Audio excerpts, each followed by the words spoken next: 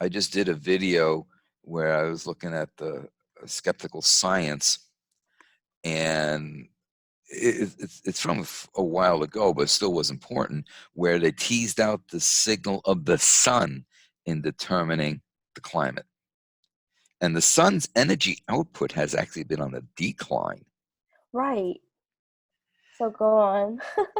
So and we're still warming up. So people say, well, it's just the sun, putting out more energy. No, it's putting out less energy. Yeah. I forget what that's called. You just said it, right? It's the Oh, sun, I mean, like, you're talking about solar irradiation, that kind of stuff. yes, like the sun cycle, like we're going through like a low sun cycle or something. I don't know the specific Well, there's the sunspot term. cycle, which is about 11 years or so. But the sign, what do they call heliologists?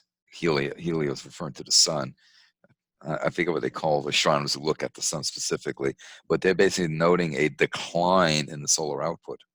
Right. Which is what what are the adapt 2030 people try to use as like why we're going into an ice age. Right? Like the sun, and they completely dismiss the data on the ground. It's all about the sun. And anyways. I mean, as I said, Milankovitch explains about 70% of the variation in Earth climate, but Milankovitch works on the orders of tens of thousands of years, and Hmm. it's changes in the Earth's orbit, the tilt of its axis, and the precession of when, what point in the orbit the solstices and equinoxes occur, and that affects the solar energy input into the planet. But we got such a small time scale, like 150 years, that Right. stuff is just happening.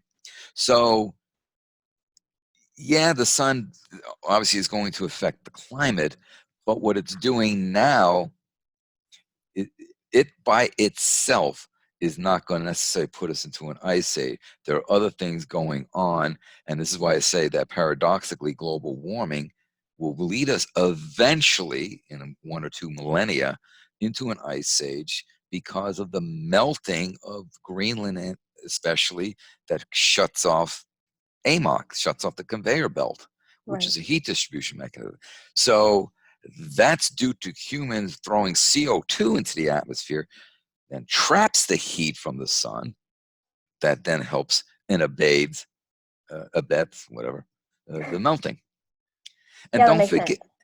forget, when you burn fossil fuels, it's not just CO2 that goes into the atmosphere; it's water vapor. So a lot of studies have looked just at CO2, whatever. New studies are actually looking at how CO2 and water vapor work in conjunction together to trap heat. Because you take alkane, gasoline is an alkane.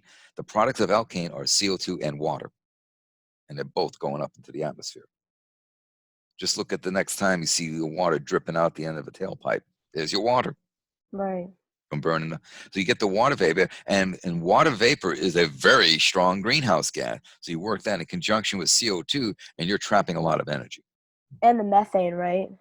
Adding that. Methane is not a product of burning fossil fuel. Methane is a product of the permafrost, the vegetation decomposing through the Okay. bacterial activity, releasing the methane, which is very potent. It's a more potent greenhouse gas than CO2, but doesn't persist as long as in the atmosphere. Okay. But if you But keep it's thawing out the still, methane, keep thawing out the ground and keep throwing methane in there, that's a moot point. yeah, it's gonna be disastrous. And there's another little nasty nitrous oxide is being released from the permafrost as it thaws, which is being shown to be a greenhouse gas. Okay. And this is an accidental discovery in recent Hey, years. but in 20,000 years, we'll go back to an ice age. If you can survive this, if humanity can survive this, No, we'll make humanity's not it. going to survive this. I think that the pandemic is, but again, even if some people are saying 60 million people will die from this corona.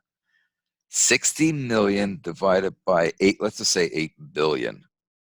Okay. So you have 6 times 10 to the 7, okay, divided by 8 times 10 to the ninth. So you have uh, 3 over 4, times 10 to the minus 2. That's your percentage. That's a low percentage of the human population.